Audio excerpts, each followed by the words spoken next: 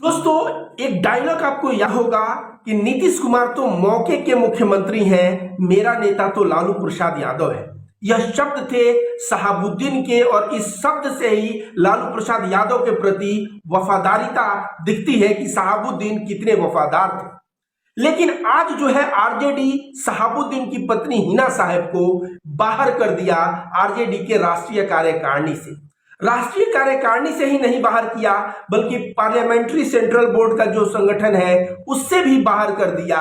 और इस तरह हिना साहब और ओसामा साहब और पूरे सिवान जिला के साथ सौतेला व्यवहार हो रहा है, आरजेडी कर रहा है।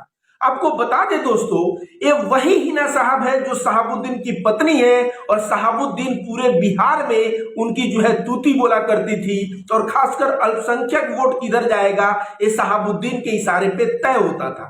वो शहाबुद्दीन जब हॉस्पिटल में थे तो लालू प्रसाद यादव के परिवार से कोई मिलने नहीं गया।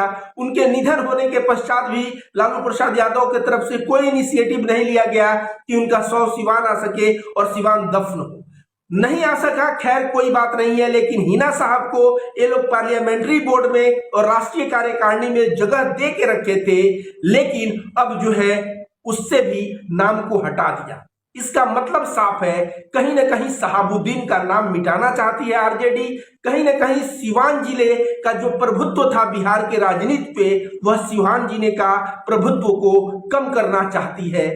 और ये जो है तमाम दूसरे मुस्लिम चेहरे को लाई है राष्ट्रीय कार्यकारिणी में। तो मैं कह दूं कि जो है ना, भीड़ भेड़ों की होती है, शेरों की नहीं।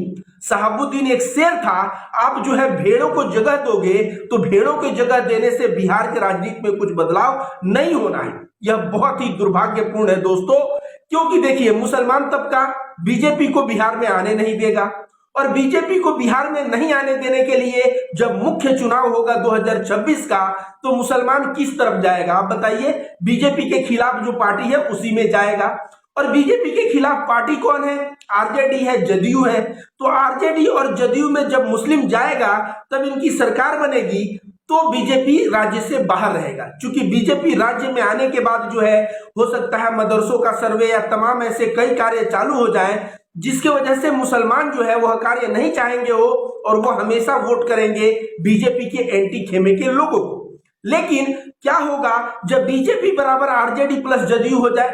समझिए, आरजेडी जदयू और बीजेपी दोनों एक ही कार्य कर रहे हैं। कैसे कर रहे हैं आपको बता दें कि अभी मुजफ्फरपुर में एक मुसलमान लड़के का लिंचिंग हुआ, उस पर तेजस्वी यादव का कोई बयान नहीं हुआ। आए दिन बिहार में तमाम कई जगह अल्पसंख्यक समुदाय पे क्राइम देखने को मिल रहा है, लेकिन इसके ऊपर भी न तो पुलिस कोई एक्शन ले रही है और न ही तेजस्वी यादव या लालू प्रसाद यादव के तरफ से कोई बयान आ रहा है। तो सोचिए, अगर इन फ्यूचर तेजस्वी यादव और नीतीश कुमार को वोट देके जिता भी दिया जाए और ये लोग मुख्यमंत्री बनेंगे तो मुसलमान तबका, अल्पसंख्यक तबका तब भी दबा रहेगा। लेकिन कहते हैं ना, मुसलमान नहीं चाहेगा बीजेपी आए, रोएगा गाएगा कुछ भी करेगा, लेकिन अंततः वोट तेजस्वी यादव को ही देगा।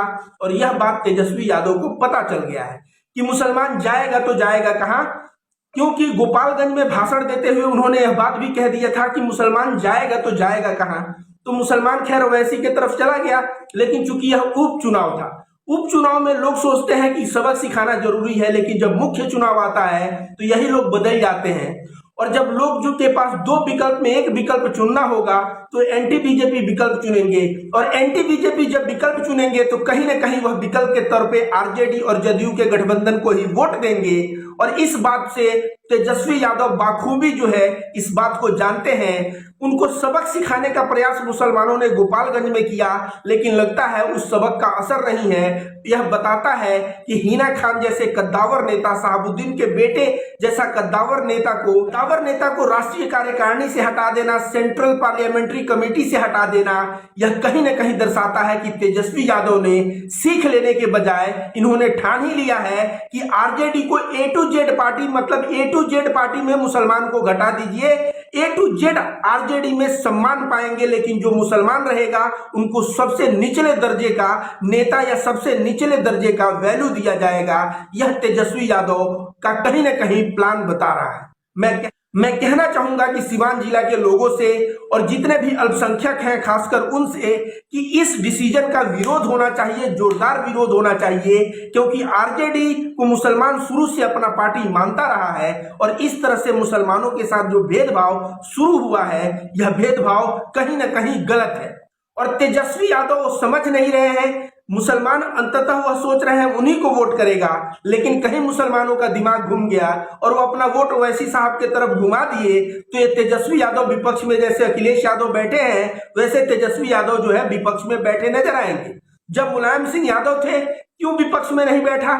आप समझिए, जो निर्णय होता है, जो रणनीति होता है वह बहुत समझबूझ की चीज है। लालू प्रसाद यादव के पास वह समझ थी, लेकिन तेजस्वी यादव अभी नया नया नेता बने हैं, इनको A to Z पार्टी चाहिए और A to Z पार्टी में हम मुसलमानों को आए दिन नीचे दिखाने का कार्य कर रहे हैं। तो मैं कह दूं कि मुसलमान कहीं अगर इनको नीचा दिखाने का प्रयास करने लगा ना तो तेजस्वी यादव आजीवन बुढ़ापे तक जो है बिहार के विपक्ष में नजर आएंगे।